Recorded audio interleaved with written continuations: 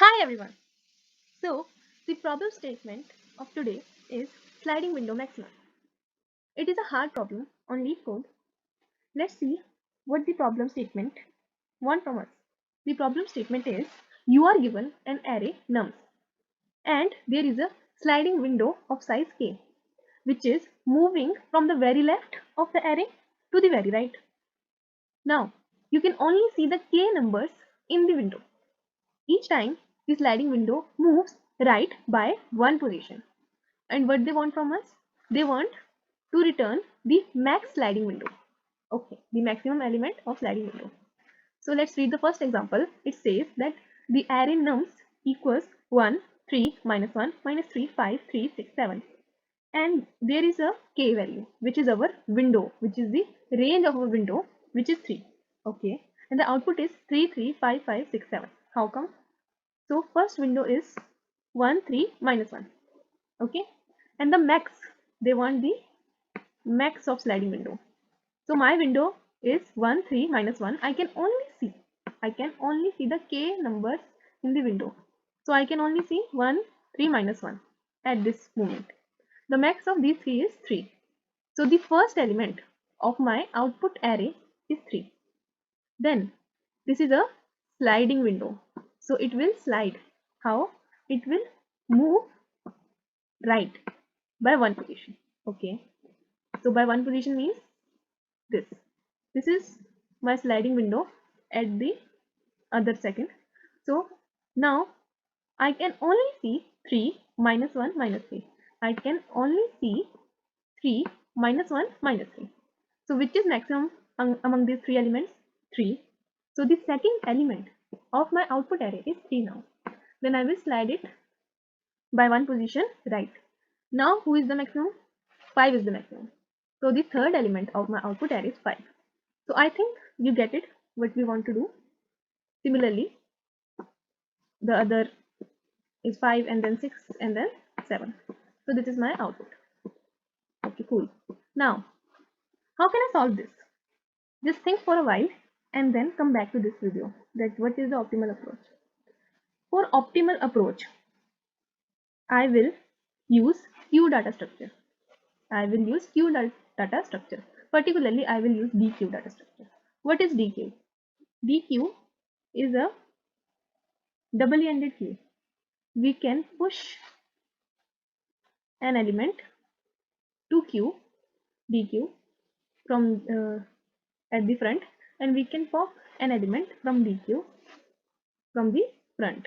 But in DQ we can also push an element from the to the last, and we can pop an element from DQ from the last. So I will use DQ. Okay, and my approach is maintain a decreasing order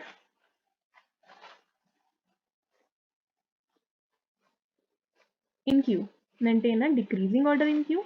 Okay, and also maintain a k range elements, because see, when my window is 1 minus 3 minus 1, so I need these three elements. I need these three elements. I have these three elements, right? But when I shift this window one position ahead towards right, then I don't need this one. I don't need the one. Okay, so I should pop it out from my DQ. I should pop it out from my DQ. So these are the two conditions which I need to maintain in my DQ. Okay, so how can I solve this? The code is pretty simple. Firstly, we will initialize a DQ. As I said, the approach is to initialize a DQ. Then what will I do? I will initialize a vector. I initialize a DQ and then I initialize a vector. Okay.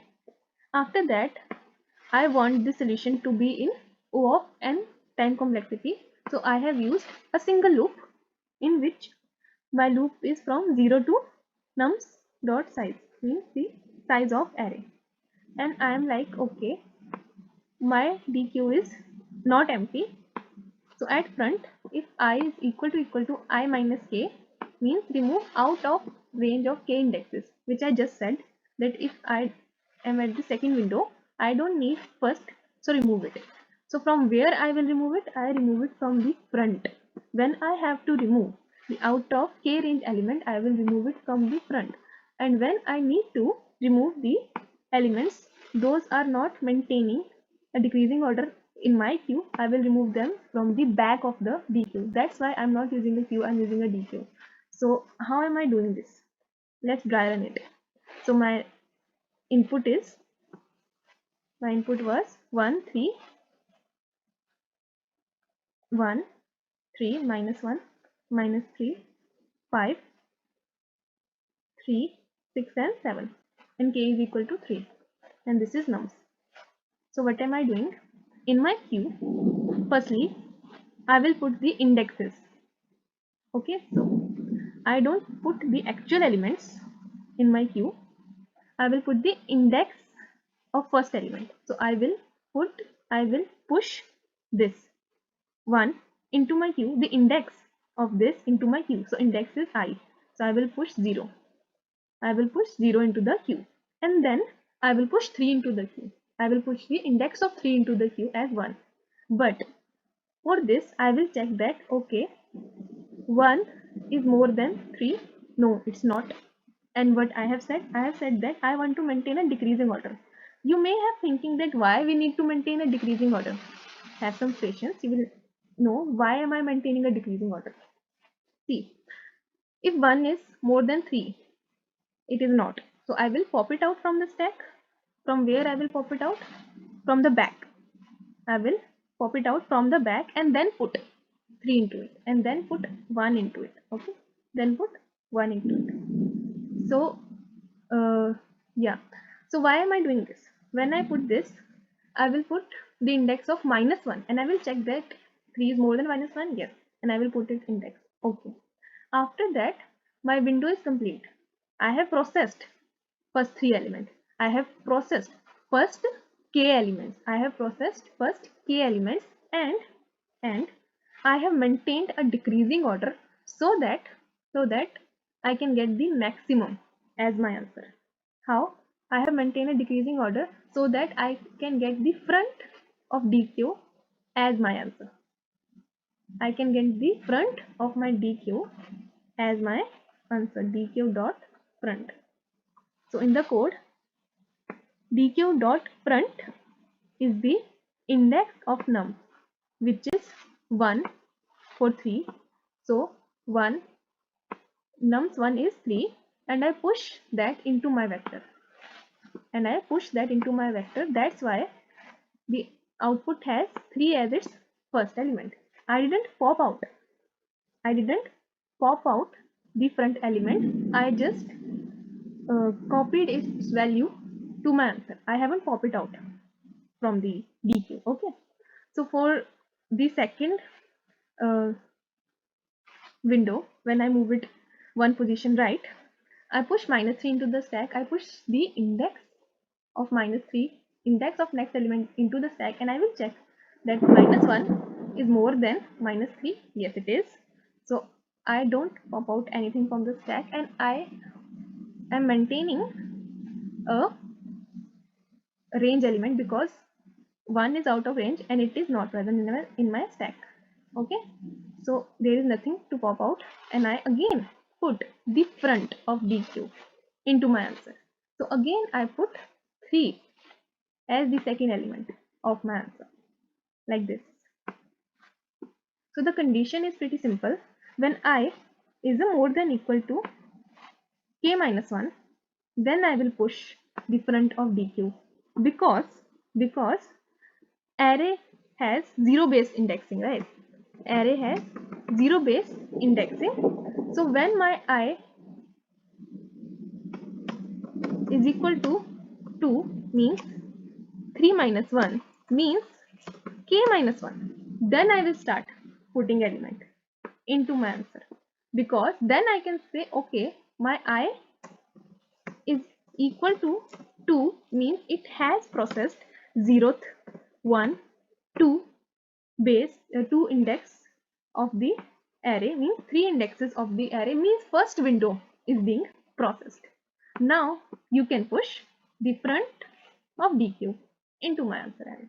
Okay, get it? Then when I move to 5, I check that minus 3 is actually less than 5.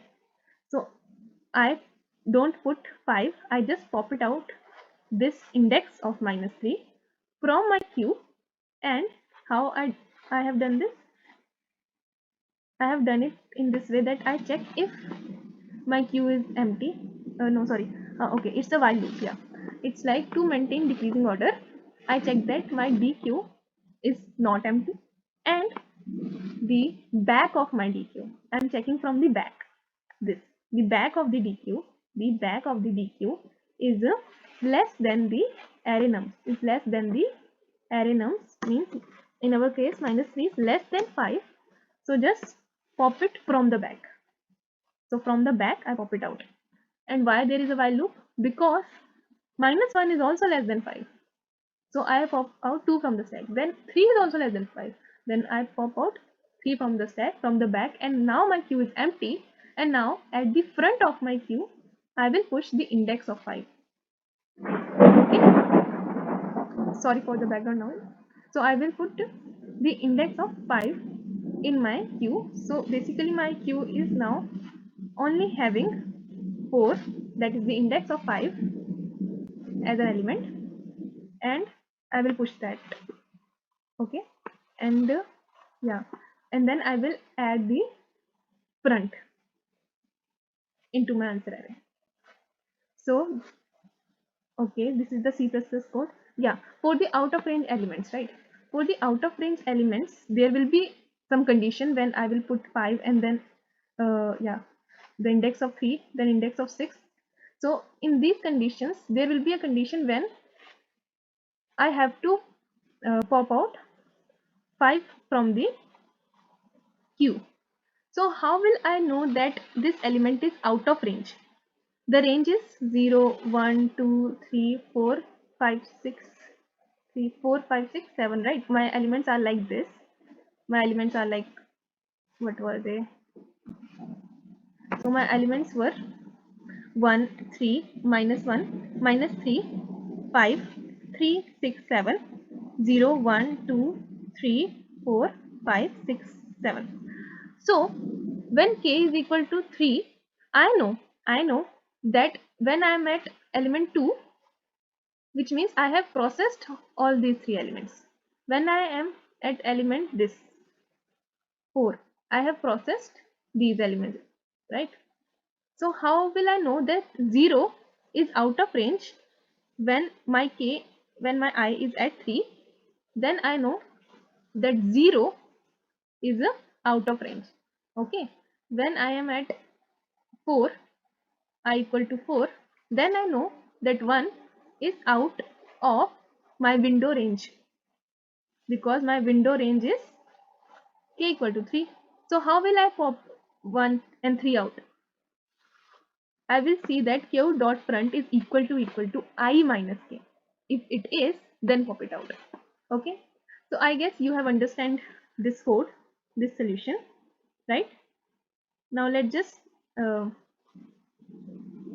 see the Java implementation of it. In Java, what we are doing, the code is same. We first calculated the length of the given array, and here we have initialized the answer array, and my size is n minus k plus 1. Why? Because I know that my last window will be 367. My last window will be 367. So my answer should be, so the length of my answer array should be 2 less than the length of my original array. My original array has length 8 and my answer array has length 6. So it is 2 less than the original array, which means it is k plus 1 less than the original array. Now the other code is same. I have initialized a DQ, and then I am putting the indexes of element of the given array into the DQ, and this while loop is for removing the out of bound k elements, and this is for removing the those elements those are not maintaining the decreasing order. We are removing these elements from the last, and we are removing the out of range element from the front. Only the syntax is different. Here the syntax is pole and pole last. Then I will offer the element into the queue. So then I will put the element as offer, and then I will push the peak element of the DQ. Okay, I will push the peak element. Let's just quickly see the Python code. In Python code,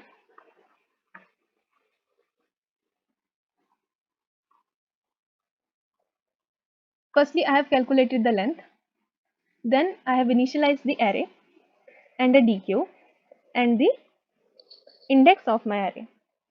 Then I have initialized a loop, and in this loop, if my DQ is out of range, then I will pop it out. If the element of my DQ is out of range, then I will pop it out. Or if the element is not maintaining the decreasing order, then I will